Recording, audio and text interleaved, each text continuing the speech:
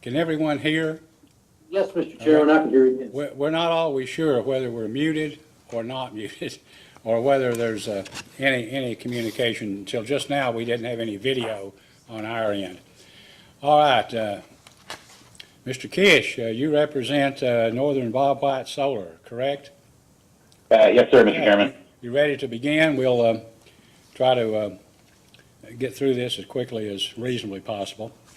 We're now on the record in case number 2020-00208, the electronic application of Northern Bobwhite Solar LLC for a certificate of construction for an approximately 96 megawatt merchant electric solar generating facility in Marion County, Kentucky, pursuant to KRS 278-700 and 807 KAR 5:110.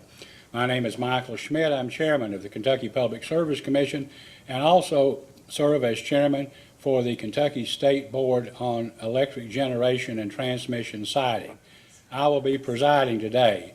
Joining me today via video conferencing are 5 of the 6 other board members, and they are Vice Chairman Kent Chandler of the Public Service Commission. Dr. Talina Matthews will not be joining us today, but will watch this hearing later when she returns. Mr. John Lyons, Deputy Secretary of the Energy and Environment Cabinet, serving as proxy for Secretary Rebecca Goodman.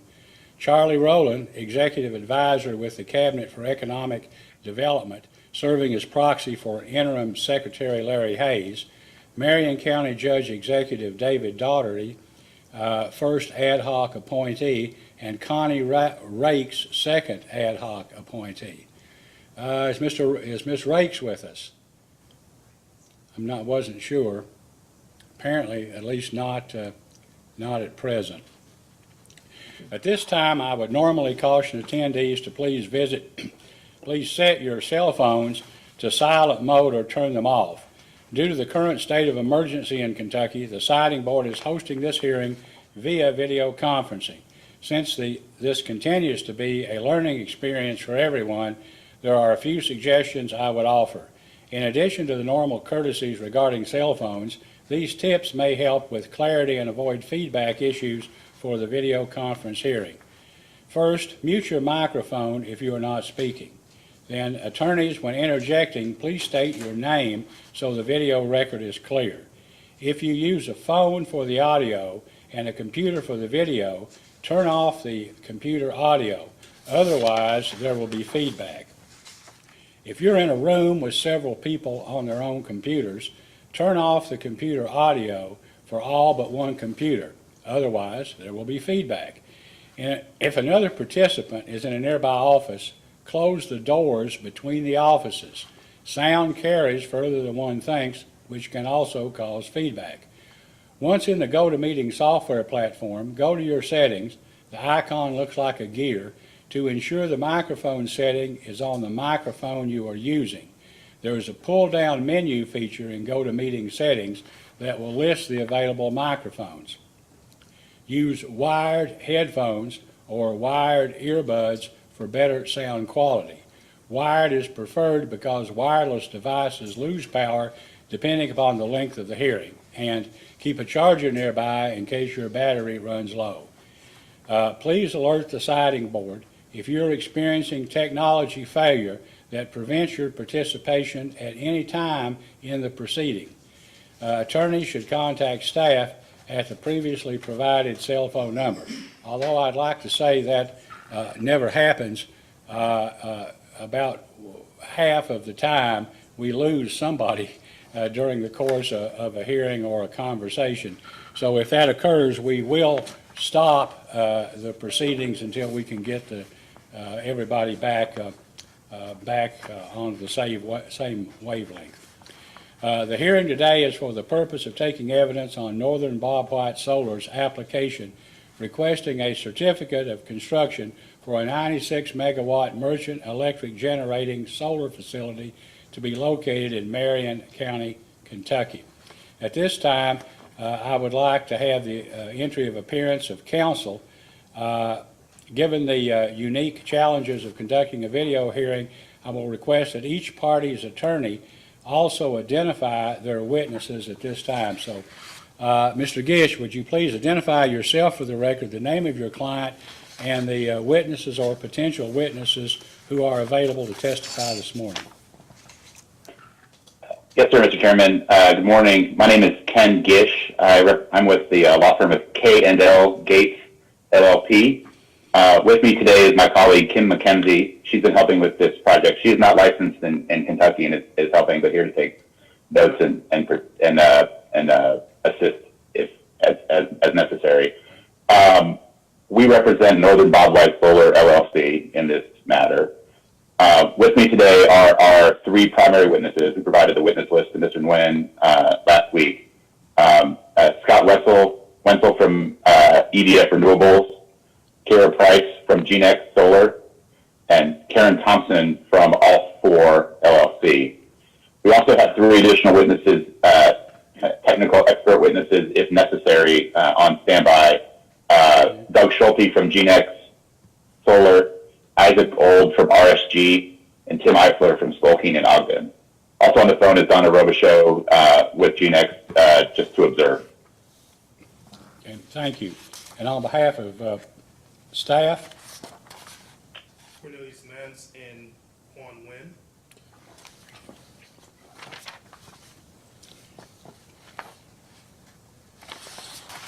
now the public has been notified of the right to make a comment prior to beginning the hearing.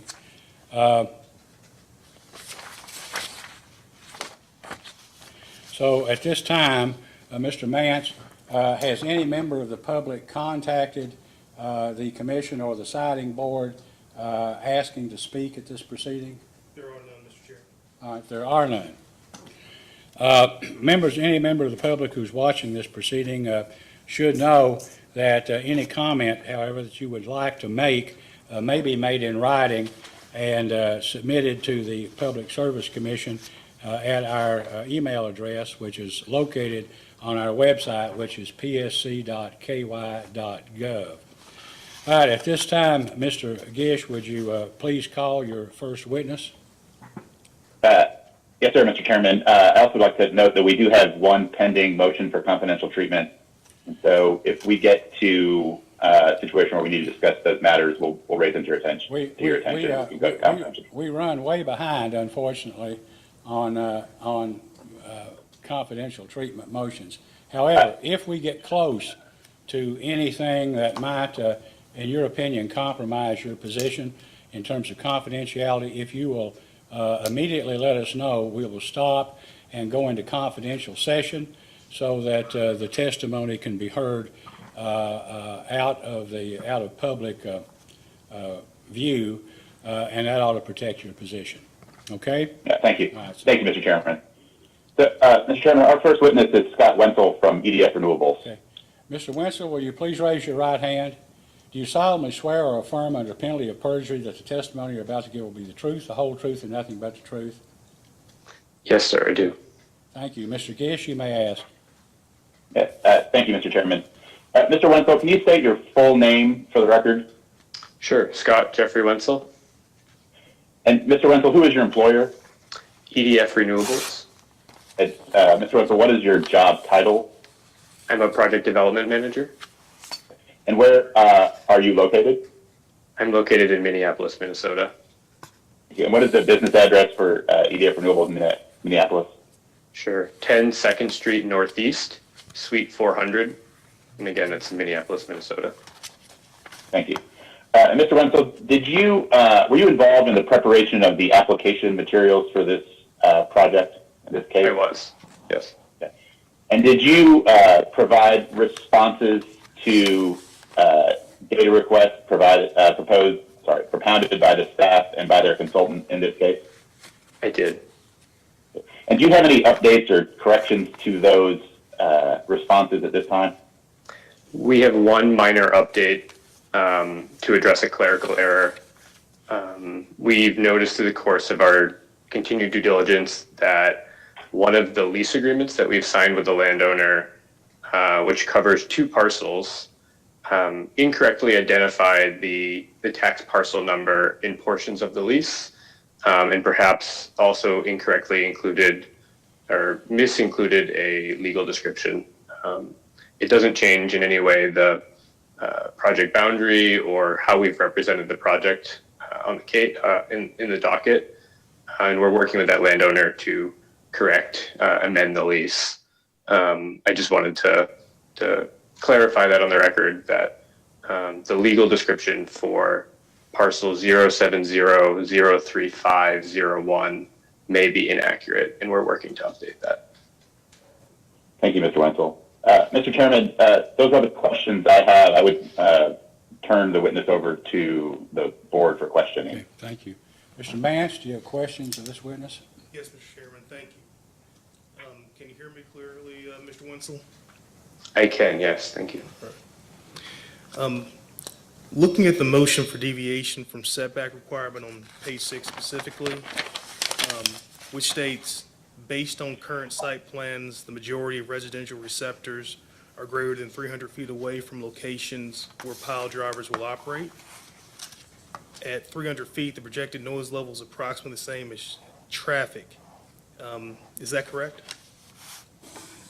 The distances are correct, yes, and the noise levels are modeled, and traffic was used as a proxy. So yes. Okay. Can you confirm that the pile driving portion of the construction process will generate the highest noise level impact during construction? That's correct.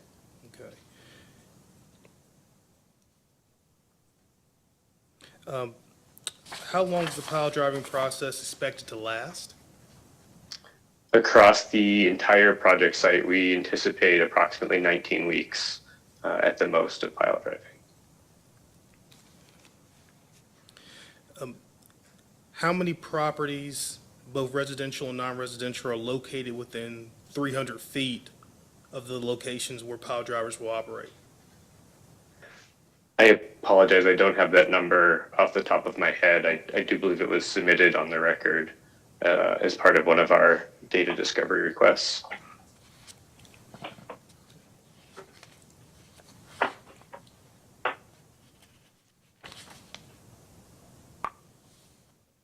Okay. Has Northern Bobwhite contacted these property owners that are within 300 feet of the location where pile drivers will operate to notify them of the construction activities that will take place, including noise generated by the pile driving process? We have been in contact with neighboring property owners. We've not specifically addressed pile driving noise as of yet. Any particular reason why you haven't?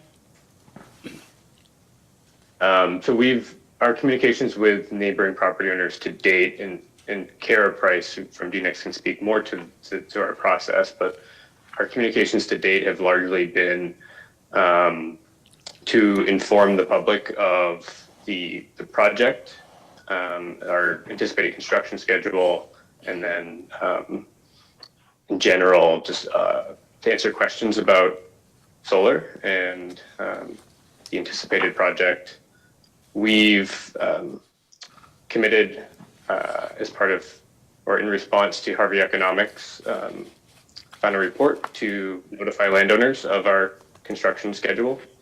That schedule is still a final schedule is still being drafted, and so at this time we don't have a definitive schedule to communicate to the public.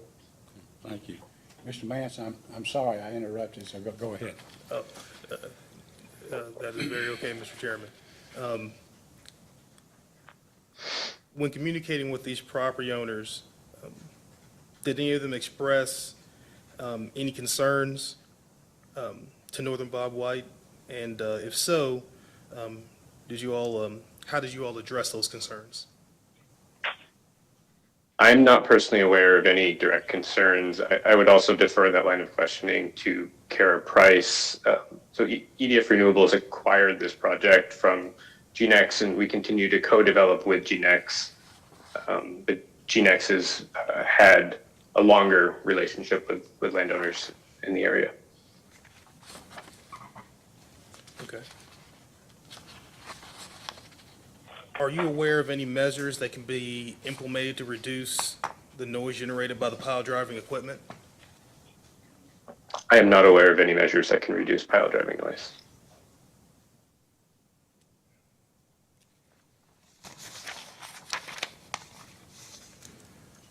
Okay. Looking at the motion for deviation from setback requirement on specifically page 6, regarding the noise generated from the tracking system motors, it also indicates on this page of a possible alternate design using stationary fixed tilt panels. When will a determination be made to use either the tracking system or the stationary panels? Our current assumption is that we will use trackers, as that is becoming industry standard across the country. A final determination would be made approximately 6 to 9 months before construction starts, which is when we would go out and begin to procure the materials, the construction materials for the project. You indicated that's become industry standard? Trackers have, yes, sir.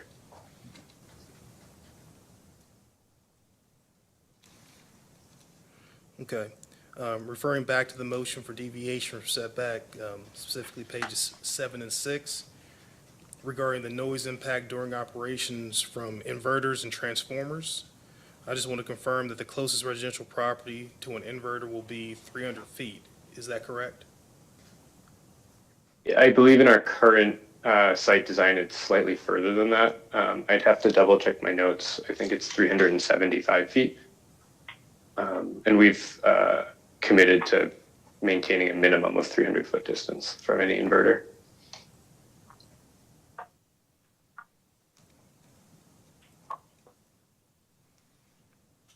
At that distance, the noise generated by inverters will be 48 decibels, which is less noise than normal conversational speech.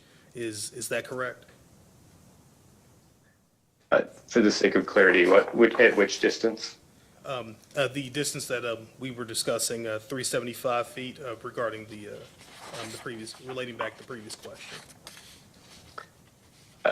I defer the specific measurement to our noise consultant, but I do believe our noise study showed 42.5 decibels as the maximum realized noise at a residence.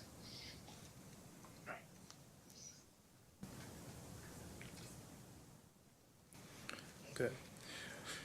Are there any properties other than residential that are 300 feet or closer to an inverter? And if so, what are they?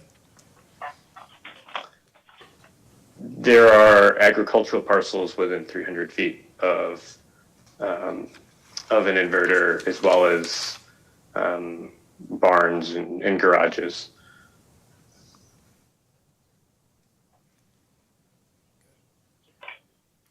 Regarding the transformers, I want to confirm the closest residential property is also 300 feet from the location of transformers. Is that correct?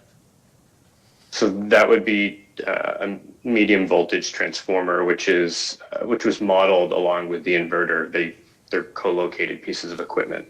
The main power transformer, which is generally referred to as just the transformer, would be over 1,500 feet away from the nearest residence.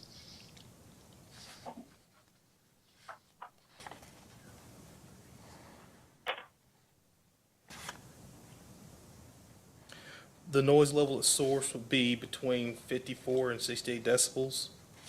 Do you recall, is that correct? Mr. Mayor, I'm sorry, noise level source for what? Referring to the transformer, regarding the transformers that are within, that was within the closest, within 300 feet of the closest residential property? Okay, so the transformers, the medium voltage transformers associated with the inverters? I apologize. I just want to make sure we're answering the right question, get you the right information. So. I apologize. Actually, that came through a little bit garbled for me. I couldn't understand what you just asked. So you're asking about the medium voltage transformers that are associated with the inverters. Is that correct? Yes, that's correct. Okay, great. So I just wanted to make sure we were answering the right question. To answer the question, I don't remember off the top of my head the specific noise level at the source. Again, I'd refer to the RSG noise study, which shows the sound levels at neighboring residences, which again are 42.5 decibels.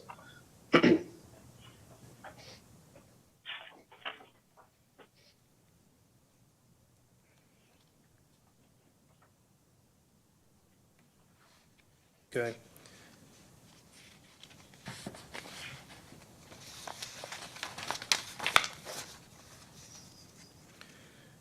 And lastly, has Northern Bobwhite committed to a formal decommissioning plan? And what does that plan entail? So as part of our lease agreements with landowners, we are obligated to decommission the project.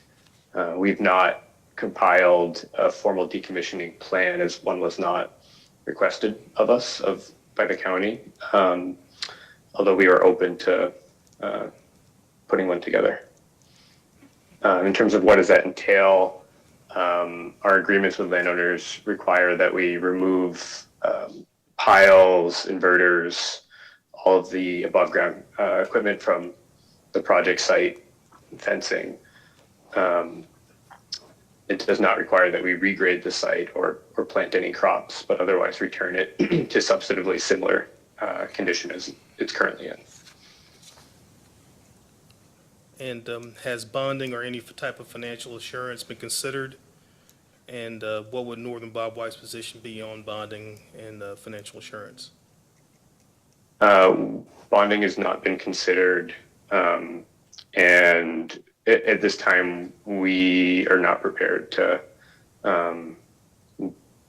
offer bonding or security, but would be open to discussing it with the county. That's all I have, Mr. Chairman. Okay, thank you.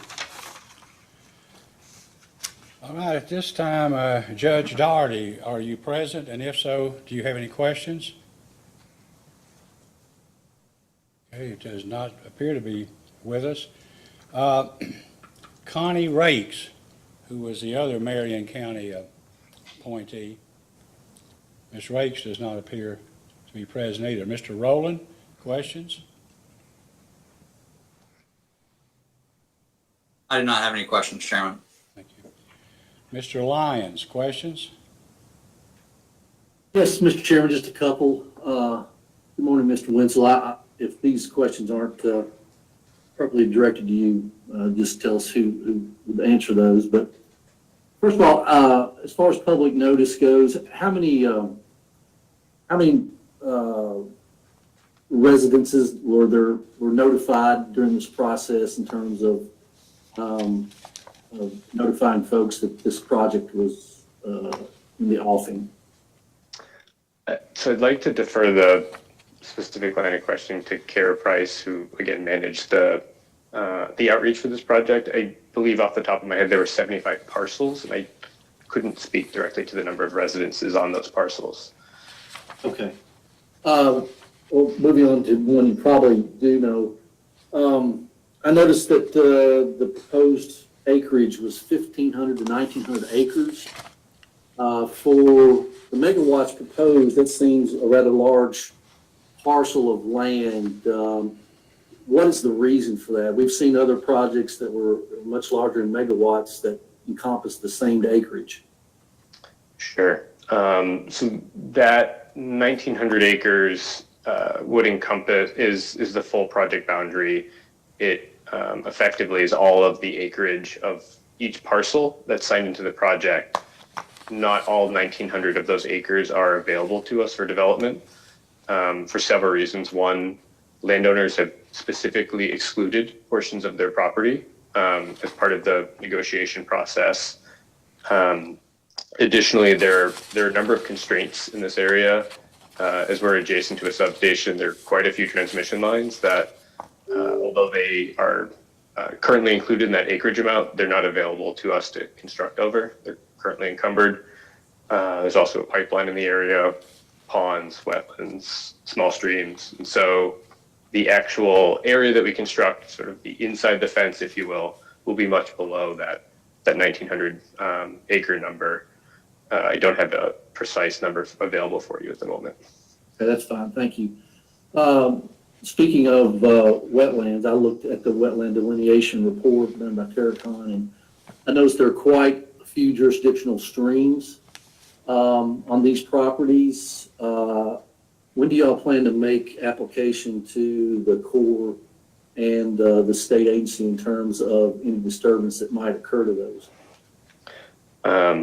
So once we've put together a 30% design, which will be in the coming months, we'll have a more definitive layout that we're able to commit to specific crossing locations. And so at that time, we would begin that process.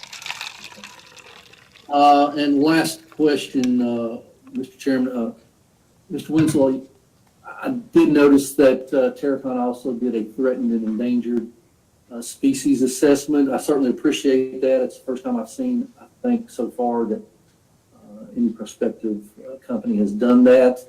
I did notice that at one point it said that the U.S. Fish and Wildlife had not responded to y'all's request, although I did see a letter from Fish and Wildlife. It may have been something that came in a little later into the record. Of course, they pointed out the northern long-eared bat, Indiana bat, and gray bat as possible threatened species, and cautioned about tree canopy removal. I guess it's not so much a question, but rather a suggestion that you also go to the cabinet's website, specifically Kentucky Nature Preserves section, and utilize the Kentucky Biological Assessment Tool. That would give you a better idea of any areas that we have documented that may have these species and keep you out of trouble before you ever get there. And it's a very extensive tool that Nature Preserves has put together, and it's very Kentucky specific and maybe a little more specific than Fish and Wildlife can give you. So it's just a suggestion there. Yes, sir. That's all I have, Mr. Chairman. Thank you. Okay, thank you. Vice Chairman Chandler, questions? Yeah, thank you, Chairman. Good morning, Mr. Wenzel. Good morning. So I want to ask you about the assumptions made in the economic analysis around the local and local governmental funds that will come out of it through taxes or taxes, some sort of taxes in lieu of payment in lieu of taxes. I'm going to pull up a part of the application here that I think you should be familiar with. Give me 1 second.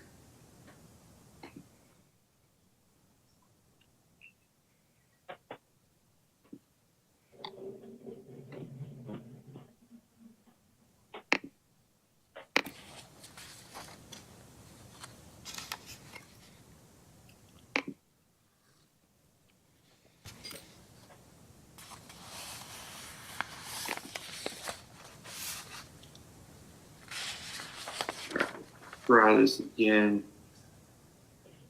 Actually, I have to, hold on 1 second. I have to sign out and sign back in.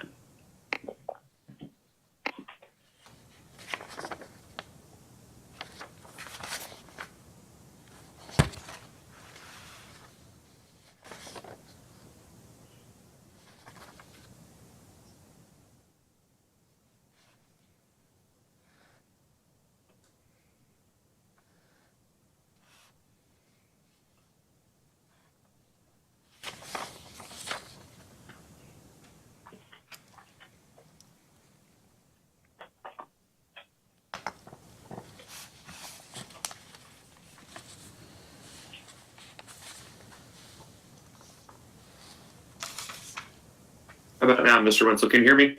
Yes. No, we're going to give this another try. Let me know when you can see my screen. Yes, I can see it. Okay. I'll see if I can zoom in a little bit here for you. So do you see this portion of the application? I think it's page 5 of the economic assessment. I think that's Exhibit N, maybe, to the application. Yes, I can see it. Okay, and are you familiar with this, this government revenue portion? Yes. Okay, so it says here that the IRB, there will be $400,000 over the lifetime of the project to the school system and approximately $6 million in taxes. Do you see that? I do. Yes. Okay. So, then as an appendix to this is a memorandum of industrial revenue bond agreement. Are you familiar with this document? Yes. Okay. So this agreement discusses, well, this is the fiscal court resolution. This is not an actual resolution for the pilot agreement because that has to be signed separately, but this is sort of a resolution indicating that the county intends to enter into the pilot agreement. Is that your understanding? Yes, sir. Okay. So it discusses in here a couple of documents, including, I think somewhere has Exhibit A up here where it discusses that that's the project description. Do you see that? I do. And then an Exhibit B, which is the memorandum of agreement.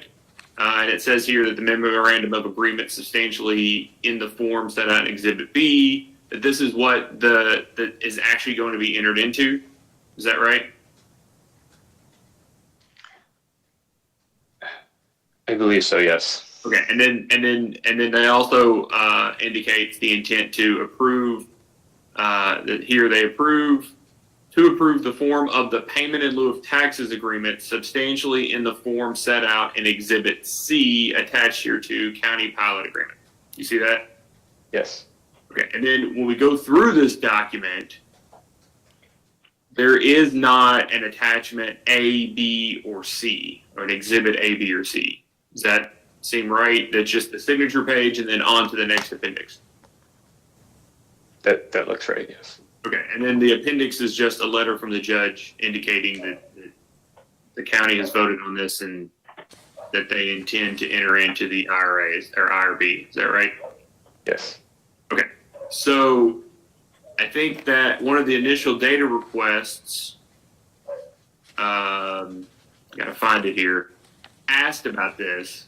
How was the $6 million amount determined? I think this is the first round from Harvey Economics. How was the $6 million determined? Exhibit N, Appendix A notes an exhibit that is described as the agreement regarding the obligation to make payments in lieu of taxes. Please provide that document. And then there's a short discussion here. Do you see that? Yes. And you're the respondent, correct? I am. Okay. So a couple of questions before we get into the actual substance of the response. There was an attachment provided as Exhibit Y, and it's a form of the pilot agreement, okay?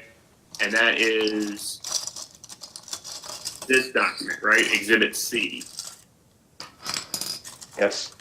Do you see that? Okay, so is this the Exhibit C is the exact same form document that's referred to as Exhibit C in that resolution we were discussing earlier? I believe so. Yes. Okay. Have you all is it your expectation or understanding that the Exhibit B referred to in that document has been provided in this docket? I apologize. I would need to review what's been submitted and double check my notes. Okay. I couldn't respond to that. And that's just so we get it right here. Right here. That's the memorandum of agreement. Yes. Okay. Mr. Vice Chairman, if we haven't provided that, we will provide it. So we'll ask that as a post-hearing data request, that Exhibit B. So going back to the actual response you provided, You said that, and just tell me if this is accurate that I'm reading here, and I'll zoom in a little more because I know it's small. Thank you. The $6 million was determined by summing the additional annual local tax revenues and pilot over the 40-year term of the bonds, adding the additional first-year income and occupational license tax and rounding to the closest $1 million amount. You see that? I do. Okay. And then it goes on to say that of that $6 million, it's broken up into two categories: the tax payments and the pilot payments, right? Correct. And for the tax payments, you described here that they were based off of 2019 tax rates, and that Yes. the tax revenue streams for the local taxing districts include the increase in local and ad valorem taxes on the land leased for the project. The land currently is taxed on its agricultural value, but will be reassessed at fair cash value when the project is placed in service and the current use of the land is changed. So that sentence there, that is just supposed to indicate that it's not a change in the value of the land, it's just a change in the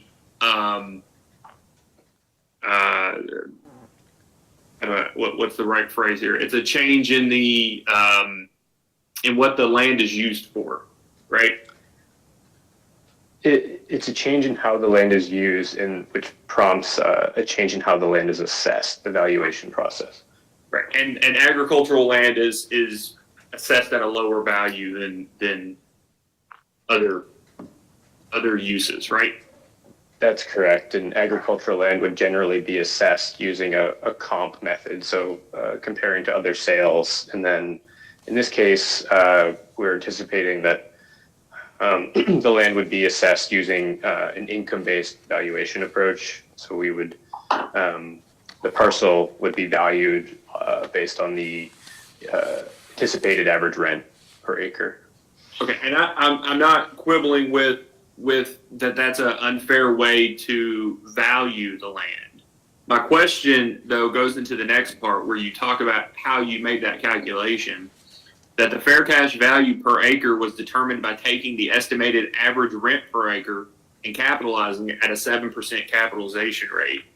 When you say the average rent per acre, are you saying the average lease payment for the leases that the project has entered into? That's correct. Okay. And so if you were, and I apologize, I don't know where you're from, Mr. Wenzel, but if you were from Kentucky, right, we have PVAs here, property valuation administrators, I think.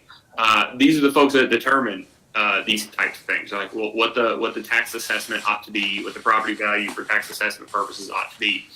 If you were a PVA in Marion County, how would you know what the average rent per acre was for this for any of these parcels of land? I apologize. I don't think I'd be able to answer that, although I would invite this line of questioning to our tax counsel, Mr. Eifler, who did communicate directly with the Marion County PVA office on this methodology and approach. Okay. So you're the respondent, and I'm just asking, I mean, these are all fine assumptions, but if they, in practice, don't ever occur, right? If the fair cash value cannot be determined because the rent is unknown, would you agree that that's a significant, difference in your assumptions?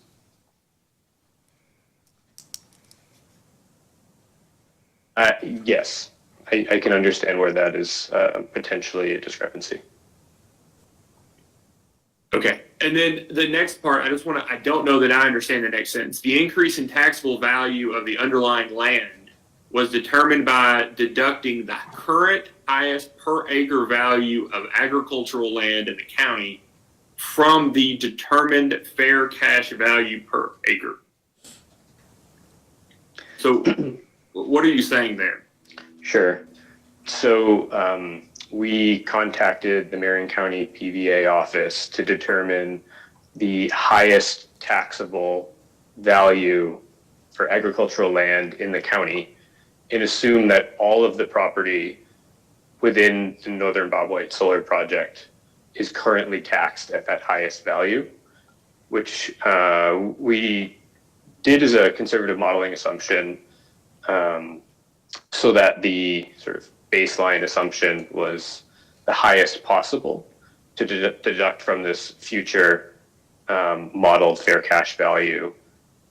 In reality, we've subsequently gone back and pulled actual tax records for these parcels, and that did prove to be a conservative modeling assumption. The actual tax revenue from the parcels in question is approximately 30% lower than this modeled maximum agricultural value.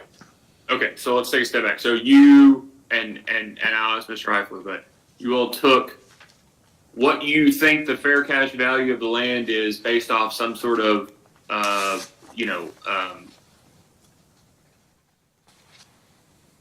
some sort of discounted amount based on a 7% capitalization rate, right? And understanding what the future cash flows are because you have the average rent per acre over the life of the agreement, right? And you all determined then what the fair cash value was, and then you determined the most expensive piece of agricultural property in the county, and then looked at what the difference between those two amounts are, and used that as a proxy, as an assumption for what the increase in actual tax rates will be. What the increase in actual tax revenue will be, yes, sir. And then separately from that, you just use the annual payments presumed under the pilot, the IRB pilot. Yes, correct. That's a fixed amount. And that's the $6 million rounded. There are some additional first-year occupational licensing taxes in there and other small amounts, but that's how you get to the $6 million. Okay, and so will that exhibit B that I asked for, will that actually have the amounts per year that you all anticipate paying under the IRB pilot? I haven't reviewed that recently. I couldn't speak to it. I'm not sure. All right, so let me ask this question. Do you know if you all provided a document that provides the annual IRB payments? I do not believe so.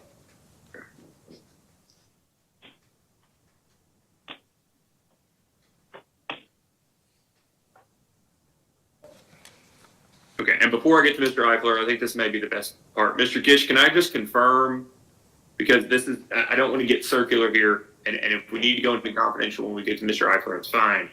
But to my question about I want to use the exact words here, the average rent per acre, those lease payments that we were just discussing, myself and Mr. Wenzel, those are under a petition for confidentiality, correct?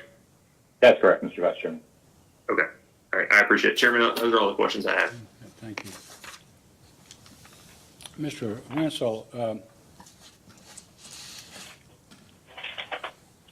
in terms of, I guess, have you visited the site at all? Are you familiar with it? I unfortunately have not visited this site as of yet. We acquired the project from GNEX late last year, and I've been unable to travel due to COVID. I noted that, I guess, just looking at some of the data, that there's a 10-home subdivision that is 625 feet away from where, I guess, operational equipment will be, and one home that's 300 feet from generation facilities. What is the total time that is estimated it will take to construct this facility? Our current assumption is that it'll take approximately 37 weeks of active construction, and we've proposed a approximately 1-year construction schedule, which accounts for contingency, weather delays, et cetera. And during the construction period, how many days a week would construction activities take place? We would generally anticipate construction only on weekdays, with occasional weekend hours as a catch-up. Occasional weekend hours, what would trigger the need for working on Saturdays and Sundays? We would ultimately defer to our construction contractors. They would be bound to a specific schedule, but the delays could account for weather, supply chain disruptions. So materials arriving later than anticipated, labor shortages, things of that nature. Has it been determined who the construction firm will be? No, sir. I guess your firm has constructed solar facilities in the past in other states. Is that correct? We have, yes. Do you have a number of firms, of one firm or two or three that you've used for construction of solar facilities? We've worked with many firms around the country over the last decade. And while construction is in progress, how many hours a day do you anticipate construction activities will occur? Generally, we would expect workers to begin arriving on site shortly before 7 a.m. Activities would commence around 7 a.m. and generally continue until 5 or 6 in the evening, with occasional efforts continuing towards dusk. Yeah. Well, I saw somewhere in the material the statement that the workday would be from 7 a.m. until 10 p.m. But that's not correct? We would like to allow for that flexibility. There are certain certain steps in the construction process that once started need to be completed. In particular, high voltage electrical construction, cement work, things of that nature. We would not anticipate work continuing until 10 a.m. Most evenings.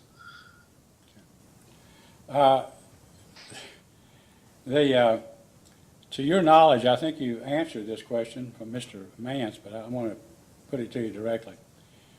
Is it your testimony that there's no known method of limiting the sound of jackhammering in the process of basically building this facility? Is that what you're saying? You know of all the farms you've built, you don't know of any way to mitigate the noise from a jackhammer to a residence that's, say, 300 feet away? I'm not personally aware of any technique or equipment that has been used before to mitigate sound from a pile driver. Well, I mean, your company has used you've used contractors to build these other facilities, correct? That's correct. And if we send a data request asking you to provide information, I suppose you wouldn't have any hesitancy in asking any of your contractors if they know of any such noise suppression methods, would you? No, sir. Some of these noise studies intrigue me because I don't know, maybe this is the 6th or 7th hearing we've had, and the differences in what people say about noise is just absolutely astounding to me. I mean, we've had every hearing that I know, or at least the last 3 or 4, people cite a 1974 EPA study that allegedly says that dBAs at the level of 55 can cause adverse effects, health effects or whatever upon human beings. And I know this isn't yours, this is this expert we hired, Harvey. And Harvey says, I guess at page V14, that once sounds reach 90 dBA, humans can experience pain, and sounds above 150 dBA can cause permanent hearing damage. But he goes on to say that that basically at 55 dBA is the equivalent of a coffee percolator. I don't understand that, but and then it's cited that the World Health Organization apparently has different standards. However, what concerns me is that you've got people who live close proximity to this facility, and they aren't being paid a dime and aren't likely to benefit in any way from the construction or operation of the facility. And I do think that if there's some way that you can eliminate noise, that ought to be done, and it ought to be explored. And that saying, as every one of these people that develop these facilities have said in their other testimony or documents, we'll work with these people.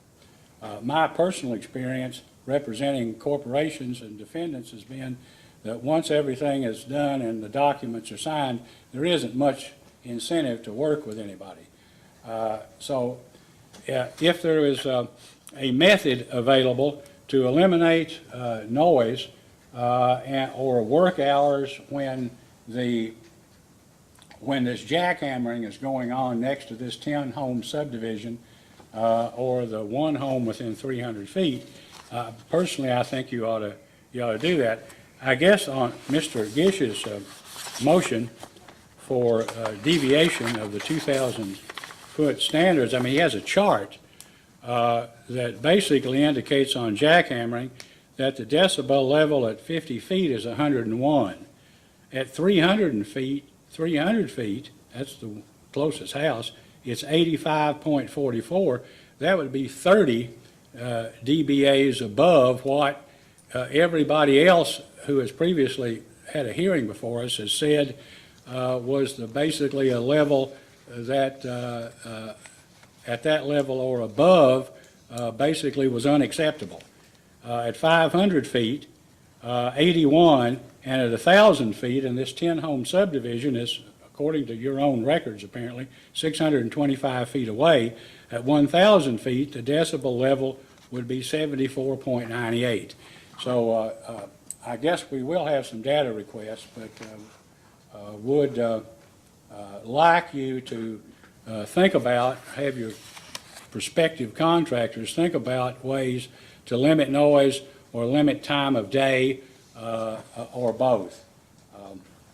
Now, on decommissioning, as I understand what you said previously, Mr. Wenzel, the company has no decommissioning plan, and Marion County Fiscal Court or government has not requested one. Is that accurate? That's correct. The decommissioning commitments that we've made have been directly to landowners. And so those agreements outline our specific obligations to decommission the project to remove the solar facility from their properties, but that's not been codified in a plan.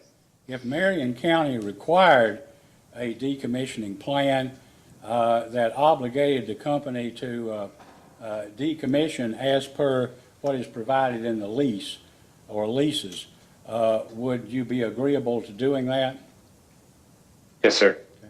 If the siting board asked, how long would it take you to develop or put in writing a decommissioning plan? I'd have to review with our contractors, but I'd anticipate 2 months, perhaps slightly more.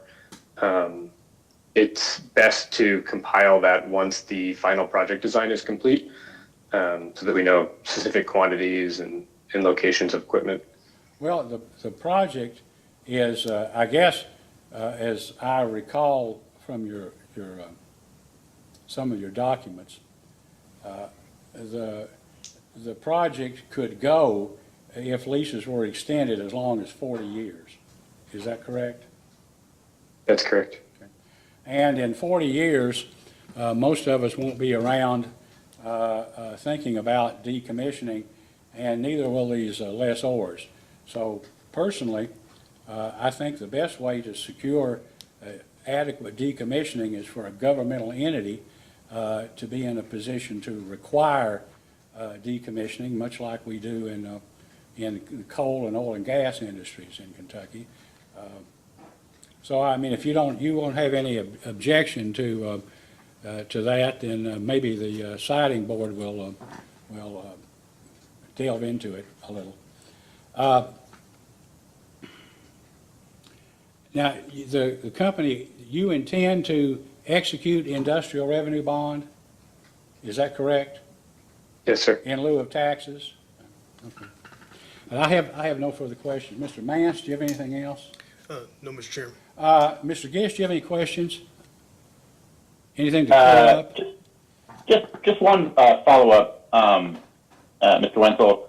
Earlier this morning, Mr. Mance asked you a bunch of questions about distances from project components to adjoining residences and the type of structures. Do you remember those questions?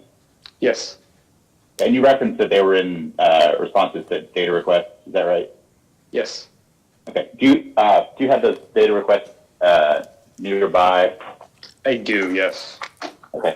So if you were to look to the company's response to Harvey Economic's second request for information, and this is, so I want to make sure I get the right nomenclature here. Roman numeral 2E, there are, beginning on page 7, there are 6 questions relating to the distance from to structures from various project components. Is that correct? Yes. Okay. I just wanted to clarify that that's where those information was in the record. That the next question, follow-up question I had was there was similarly some questions from Mr. Mance about noise levels from project operating components. Do you remember those? Yes. He asked about noise levels with regard to inverters, with regard to medium voltage transformers, with regard to tracking motors. Is that correct? Yes. Okay. And were those noise levels from those components modeled by RSG? Yes. Okay. And those that the output of that is in the RSG study that was provided in response to data requests. Is that correct? That's correct. Okay. I just wanted to clarify that those were in the record, Mr. Chairman. Okay, So, thank you. they can help. You know, there's a lot of numbers floating around, and we can get a little bit of a roadmap where those numbers are myself. So, Yeah. with that, I have no further questions for Mr. Wenzel. Yeah, the numbers are hardly ever wrong, but the way we use them sometimes turns out to be that way. We don't use them correctly. Mr. Mance, having heard that, do you have anything else? No. Any other member of the siding board have any questions for Mr. Wenzel? If not, may Mr. Wenzel be excused? Mr. Wenzel, thank you. You may step down and you may be excused as a witness. Thank you, sir. Mr. Gish, any additional witness? Yes, Mr. Chairman. The Northern Bobwhite Solar calls Karen Thompson to the stand. Okay, I don't know if I can see her on the screen. Would you please raise your hand? Oh, okay. I see you now, Ms. Thompson. Your name wasn't below your picture. Do you solemnly swear or affirm under penalty of perjury that testimony you're about to give will be the truth, the whole truth, and nothing but the truth? Yes. Okay, thank you. Mr. Gish, you may ask. Yeah. Good morning, Ms. Thompson. Can you please state your full name, title, and business address for the record? Karen Exton Thompson. Work for All Four LLC as the regional office director. We're located at 1405 Mercer Road, Lexington, Kentucky. Thank you. And were you involved in the preparation of the application for Northern Bobwhite Solar? Yes, sir. Did you provide responses to data requests propounded by board staff and their consultants? Yes, sir. And do you have any updates or changes to those responses? No, sir. Okay. Mr. Chairman, Ms. Thompson is available for questioning. Thank you. Mr. Mance, questions? No questions. Okay, Mr. Mance has no questions. Let's look again, I guess, is our county judge, Daugherty, is he present? Is not. Connie Rakes, not present. Mr. Rowland, any questions? No question. No questions, Chairman. Thank you. Mr. Lyons, No question for me, Mr. Chairman. Vice Chairman Chandler, questions? I have none. Thank you. Thank you. I have no questions either. So, All right. Ms. Thompson, you may step down, and you're excused as a witness. Thank you. Thank you. Mr. Gish, will you call your next witness? Mr. Chairman, my next witness is Kara Price. Hey, Ms. Price, do you solemnly swear or affirm under penalty of perjury that the testimony you're about to give will be the truth, the whole truth, and nothing but the truth? Yes, I do. Okay. Mr. Gish? Thank you, Mr. Chairman. Ms. Price, can you please state your full name, job title, employer, and business address for the record, please? Yes, my full name is Kara Winchester Price. I am Senior Vice President of Permitting and Development for GeneX Solar. Our corporate office is located at 1930 Abbott Street in Charlotte, North Carolina. Thank you, Ms. Price. And were you involved in the preparation of the application for Northern Bobwhite Solar? Yes, I was. And did you provide responses to data requests propounded by board staff and their consultants? Yes, I did. In relation to our community engagement activities, I did. Excellent, thank you. And do you have any updates or corrections to those responses? No, sir, I do not. Okay. Mr. Chairman, Ms. Price is available for questioning. Okay, thank you. Mr. Mance, questions? Yes, Mr. Chairman. Ms. Price, can you hear me? Yes, I can. All right, excellent. Could you generally describe GeneX's business philosophy as it relates to community outreach and how GeneX interacts with community where it has developed solar facilities? Yes, sir. In general, we are very forward-facing in the community, especially utility-scale solar is new in Kentucky. So the conversations around solar are going to be happening whether we're involved or not. So we want to be a part of those initial discussions. So we go in early to start conversations with local officials and start learning about the community and how we can make this project fit within it. We have been engaged in Marion County, Kentucky for exactly 2 years now, from initial meetings through our entire community engagement processes. Thank you. Could you provide examples of how GeneX has worked with nearby non-participating landowners to address their concerns with respect to noise or visual issues created by GeneX solar facilities in the past? Yes, we certainly provide them as many opportunities as possible to contact us and ask us questions and for us to provide them information in return.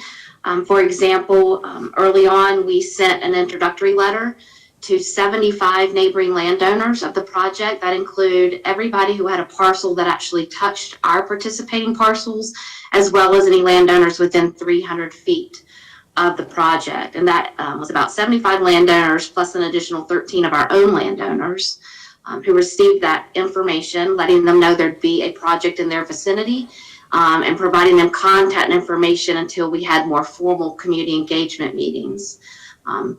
From that, there were initial opportunities for them to be engaged. Not only did we resend that letter again to the same people, which was the official letter for the community meeting, they could come to an open house forum with us. It was from 10 a.m. to 3 p.m.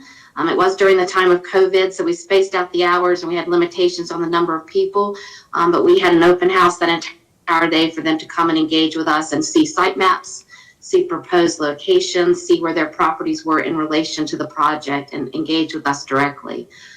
In addition, that same evening after the open house, we provided a virtual way to engage. They could participate by computer or by telephone and call in and actually hear and see a presentation on the project, and then had an opportunity for a Q&A with us after that presentation. Additionally, there was websites and plenty other opportunities, obviously public notice in the newspaper. We presented several times to the Marion County Fiscal Court, which were public meetings as well, where people could hear our presentations and ask questions as well. Thank you, and let me follow up on that. Were there any concerns raised during any of those meetings?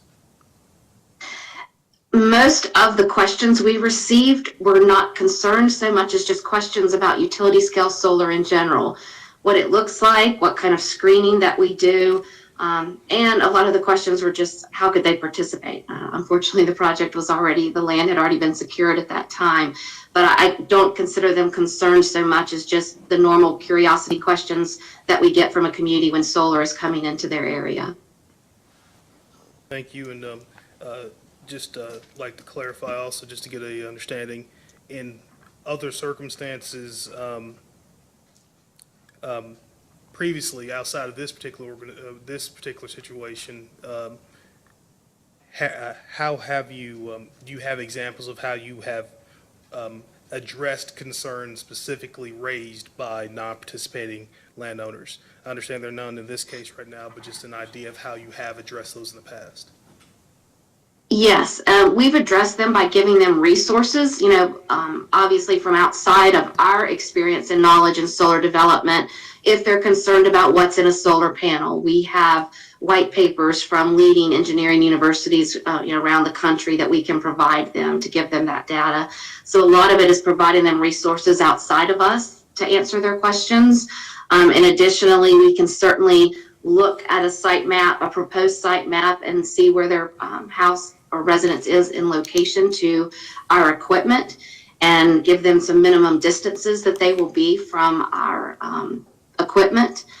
So it is pretty much a one-on-one type of engagement. We're certainly open to answering any of their questions that they have. In fact, that night at the virtual meeting, we actually were called out by someone who said, well, I appreciated you literally answered every question that was given, and there didn't have to be anything deferred to anybody else. Thank you. And that same philosophy, if issues were to arise, will be followed in this particular project as well? Is that correct? Yes, that is correct. Yes, and there's a continued communication arm for the community through the project website that remains right now, as well as a specific project email and direct contact information now. They can also contact everybody they've met in GNETs, but they also have a direct line to EDF Renewables now as well.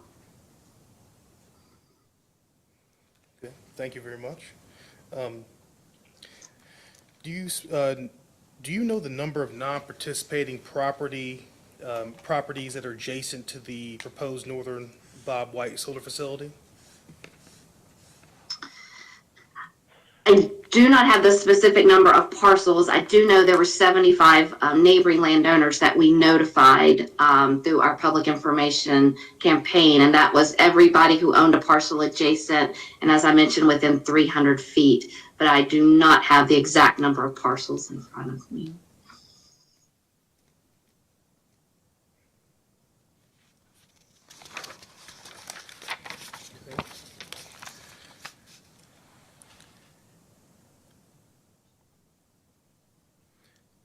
Has Northern Bobwhite Solar contacted any of those non-participating property owners that are adjacent to the proposed solar to discuss visual or noise impacts, both during construction and during operations associated with the solar facility? Essentially referring back to the question that we addressed with Mr. Wenzel that he deferred to you.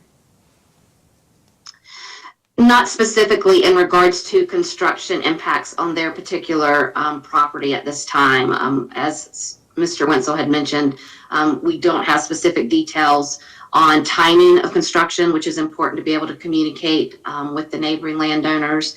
However, in generally, we discussed the timing and length of construction processes, and that was done at our community information forums.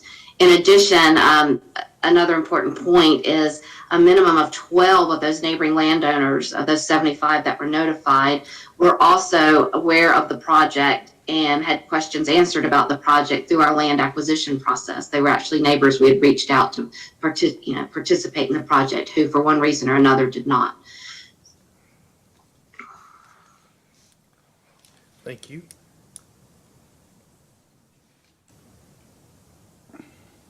Has Northern Bobwhite been contacted by any other landowners regarding potential noise or visual impact issues related to the proposed solar facility? Not at this time. I have no further questions, Mr. Chairman. Okay. I know we have a caller on. I'm not sure who the caller is, but If it happens to be Judge Doherty or Ms. Rakes, do you have any questions of this witness, Ms. Price? I don't think the judge or Ms. Rakes are ever going to be with us today. So, Mr. Rowland, any questions of this witness? I do not have any questions, Mr. Chairman.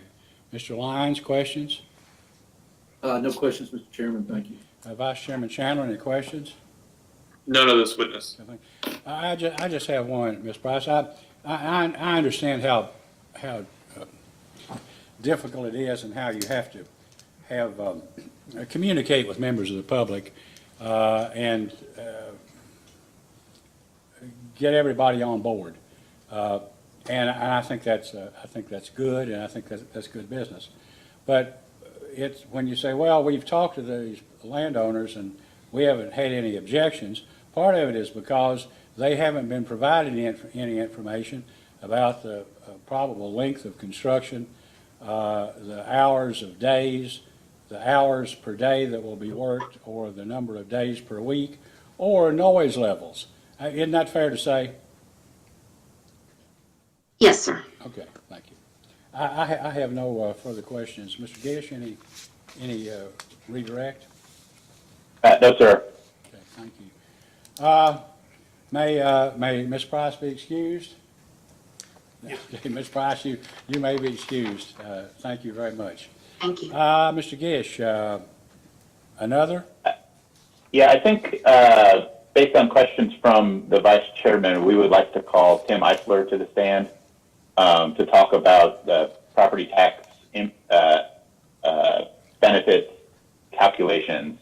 I would note that to the extent we, again, I don't want to guess at what the vice chairman is going to ask about, but to the extent that we are going, that the vice chairman will ask questions, or anyone else, I guess, about specific lease rates or specific numbers regarding the rental values associated with the properties here, those numbers and that information is subject to our motion for confidential treatment, or petitioner customs treatment, and so we would request to go into confidential session for that. To the extent that if we were going to talk generally about the overall concept of using an average lease rate, whatever that number might be, then we can do that without going into confidential session. Well, yeah, with that understanding, if it gets to, Mr. Chandler will know, and he will do his best to see that he doesn't ask a question that would generate an answer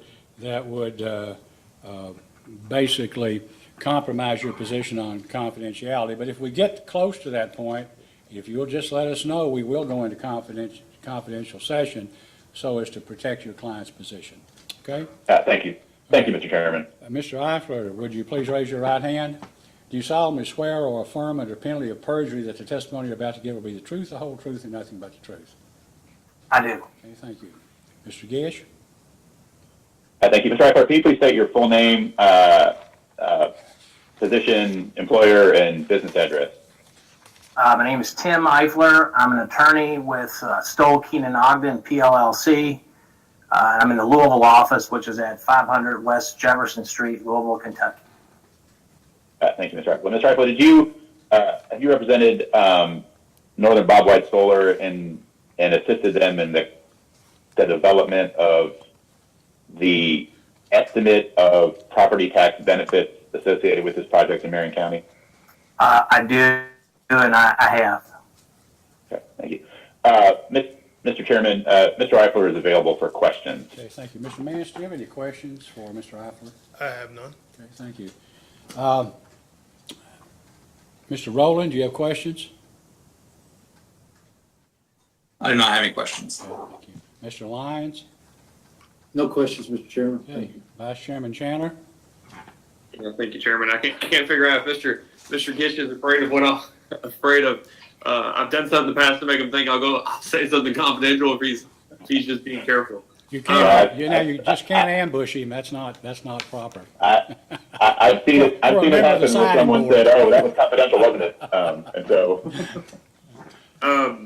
So Mr. Eifler, I just want to, and like I said to Mr. Wenzel, I don't know where Mr. Wenzel's from, but you have a fairly good understanding of, well, your experiences in tax law primarily, right?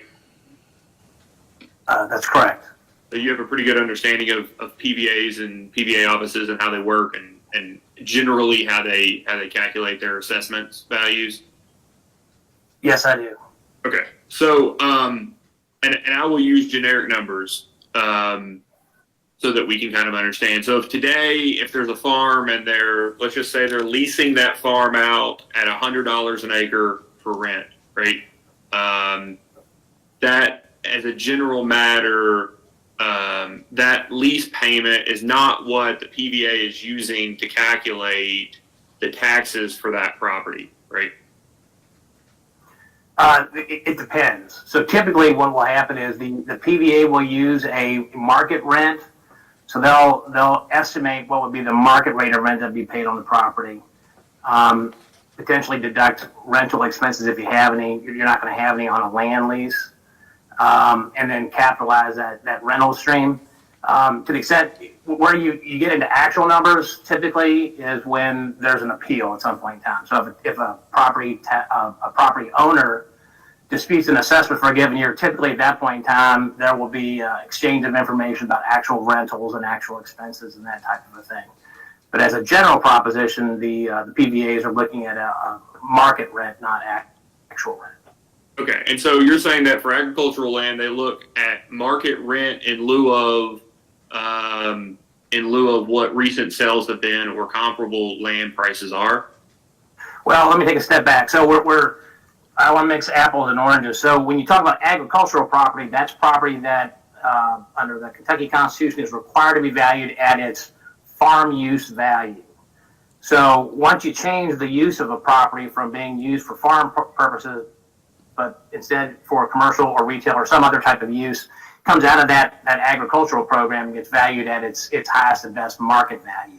And typically on rental property, the PVAs are going to look at the rental stream, because if the property were offered out in the market by the owner of the underlying land and it's being rented, you're typically going to want, as a buyer, you're going to want to look at what's your future rental stream and valuing of that property.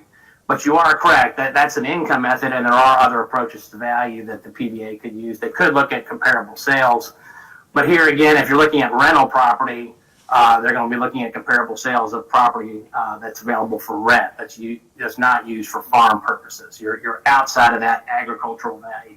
Yeah, and I was specifically, sorry if I was unclear, I was specifically asking, if you have a farm, right, an agricultural farm that's in row crop, but in lieu of the farmer farming it in themselves, right, they lease the land, or even if they don't lease the land, let's say they have some agreement whereby somebody else plants it and they split the proceeds 75-25 or 66-33, right? That land generally for tax purposes is going to be not valued based off that agreement or that year-to-year lease, right?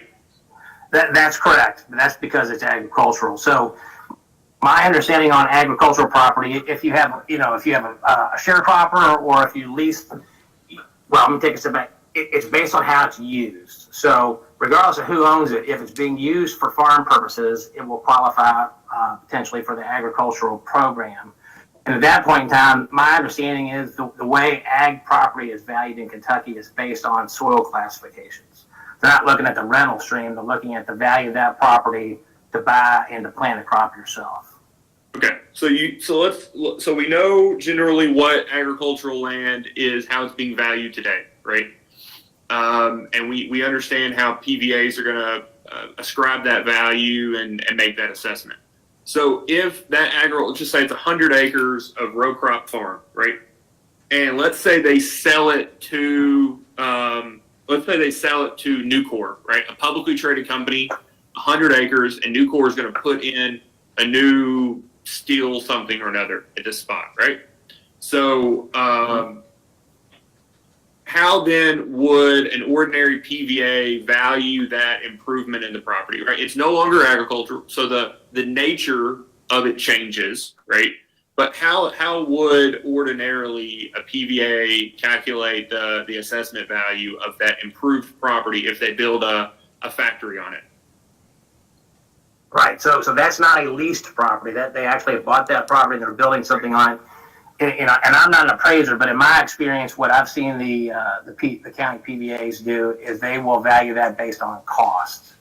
So in most counties, when you buy land, you have a deed that's recorded, it has a consideration certificate that states how much you paid for the land. A copy of all those deeds goes to the PVA, so they've got that number.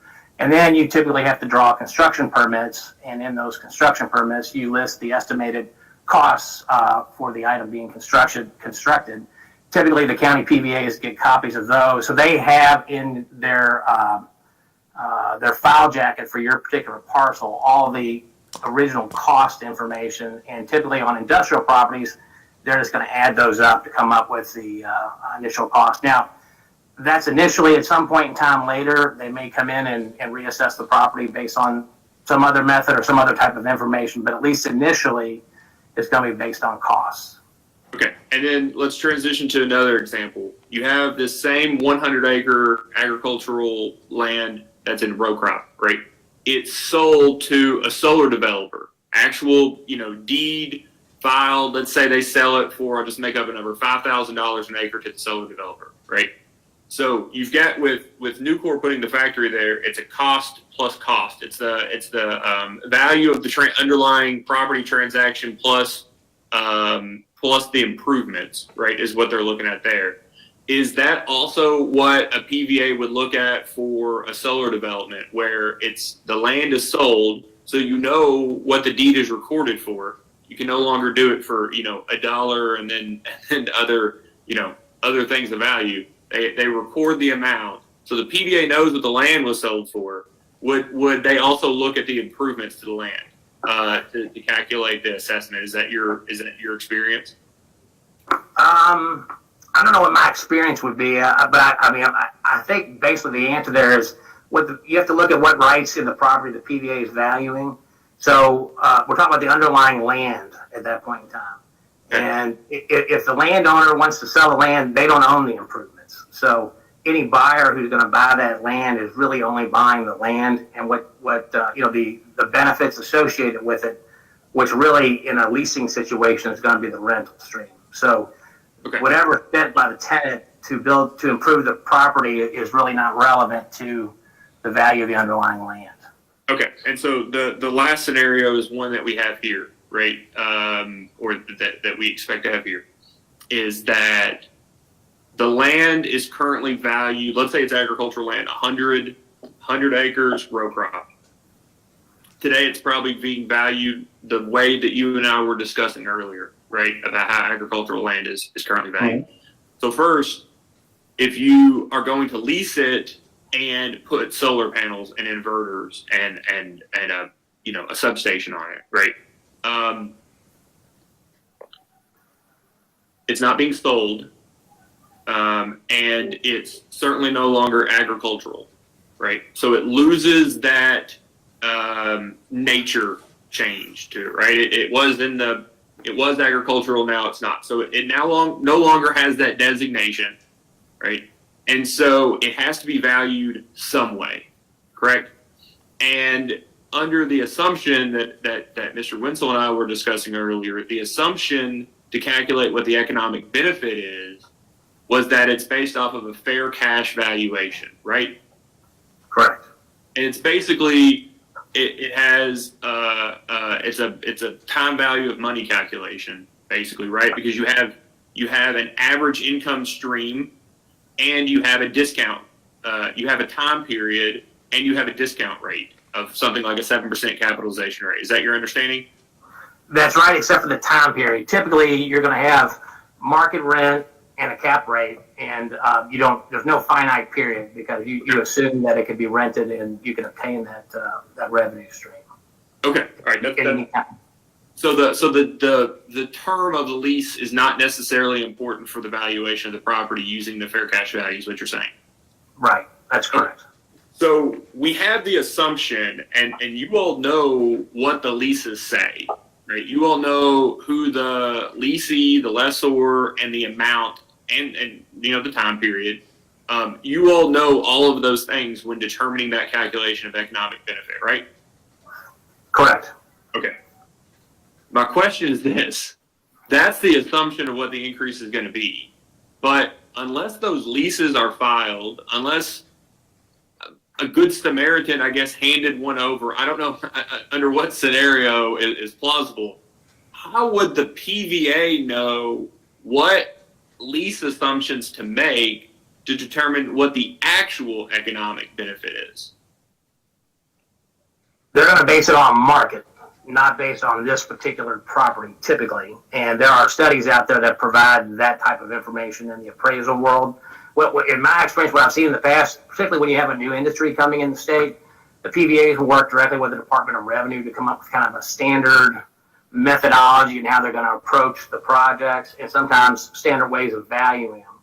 And I don't know if that's been done here. I do know that when we developed our model, we began with discussions with the PVAs on how they were going to look at the property once the use changed from a valuation standpoint, and they told us that exactly what we've used. This was the modeling that they would be looking at, and I do think there have been discussions by those PVAs with the departments.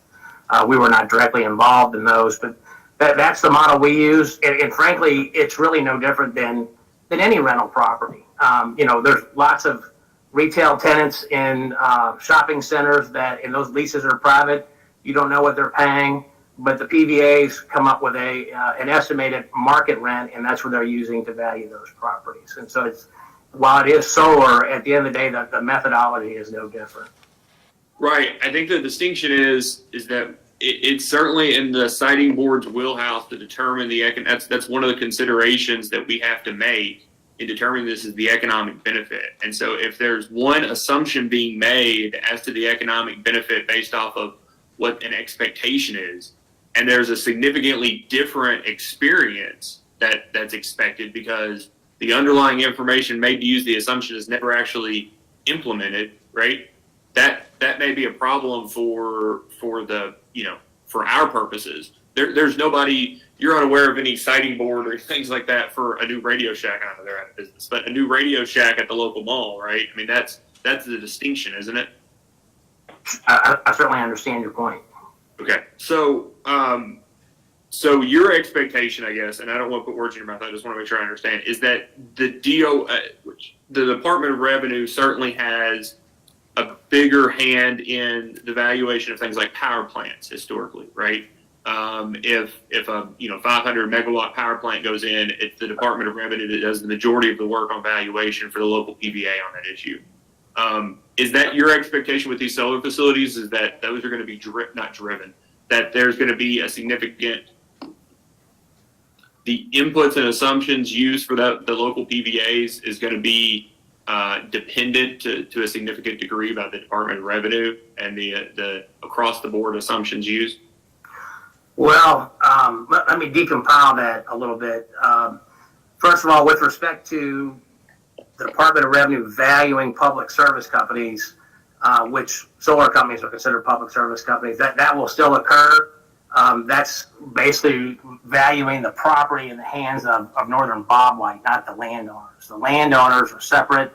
That property is still valued by the PVA, and so for purposes of the PVA's methodology, it's really the rent that's relevant, not the PSC valuation for the solar company. But that being said, the PVAs all work under the direction of the Department of Revenue, and there's a lot of give and take back and forth there. So a lot of times when the PVAs have questions about how you approach certain types of properties from a valuation standpoint, they'll rely heavily on the Department of Revenue, and I think they will here. But for our purposes, our goal was to make the model as we wanted it conservative, but we wanted it to be as accurate as possible. So, the modeling we use is based on our discussions with the PVAs on how they're actually going to do it. So I think that is the most relevant, and they told us specifically that you should take your actual rent and capitalize it. Now, whether that occurs when it's actually, implemented and administered, I can't speak to, but we tried, we did work with the PVAs to come up with a model that they said they were going to use for assessment purposes. And that's one of the last thing I want to be clear on is that although your expectation is that the PVAs will use a market lease, you will use the actual average lease payments for those Northern Bobwhite project. Correct. Okay. So I guess this is circular to me because I just can't figure out how the Department of Revenue or local PBAs are ever going to understand what a market rate is when there's not a liquid or public market, right? And I ask that from this perspective. If that mall has an opening, they're going to market that opening, right? They're going to publicly tell people what you can come in, what it's going to cost to lease, right? If you lease or rent a home, you're going to put out there that this is a $1,500 a month or $1,000 a month facility, right? But if there are no market signals and there is no advertising of what the market rate is, how will anybody ever know what the market lease is for a per acre solar facility?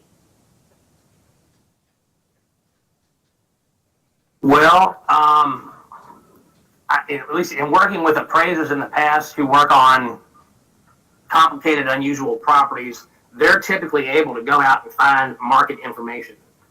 There are conglomeration groups that pull together that type of information for industries and make it available to professionals without specifically identifying a specific location. But they'll have regional information around the country as to what are market rates, market information. I don't know if that's what the PVAs would use, but in the private appraisal world, if you were to end up at the Board of Tax Appeals on an assessment appeal, that's exactly what the appraisers would be looking at to determine the fair market value of the property. Okay. All right. I appreciate it, Mr. Eifler. Those are all the questions I have, Chairman. Yeah, thank you. I have no questions. Anything, Mr. Mance, after? No, No? Your Honor. Okay. All right, Mr. Aller, you may be excused. Thank you for your testimony. Mr. Gish, anything else, any other witness you'd like to present? Not at this time, Mr. Chairman. Okay, thank you. There are, I guess, there'll be a few, apparently not a great many, data requests. Mr. Mance, what is the date by which the siting board must have an order out or a decision in this case? Do you know that right offhand? Yes, June 18th. June 18th? Yes. Okay, thank you. All right, so I know you'll want to talk to at least Mr. Chandler and me about data requests, and if Mr. Lyons or Mr. Rowland would like to, you might call them and just check to see if they have Yes, sir. any questions they'd like to ask. But that being the case, can you get data requests out to Mr. Gish by the end of the day on May 7th? That'd be Friday, I think. I believe so. Mr. Gish, I think you've got a pretty good idea about what questions might be asked. How much time do you think reasonably you would need or your client would need to answer those questions? 10 days? I think 10 days would be good. That would put it the Tuesday, like 2 Tuesdays. Yeah, and then if Yeah, something I can do that. happened, if there were some circumstances that made it impossible or difficult, you just file a motion and we'll take it up. Yeah. Okay? Of course. Thank you. Thank you, Mr. Chairman. Mr. Gish, is there anything else you'd like to bring to the attention of the siting board at this time? No, Mr. Chairman. Thank you all for your time. Okay, thank you. That being the case, this hearing is now adjourned.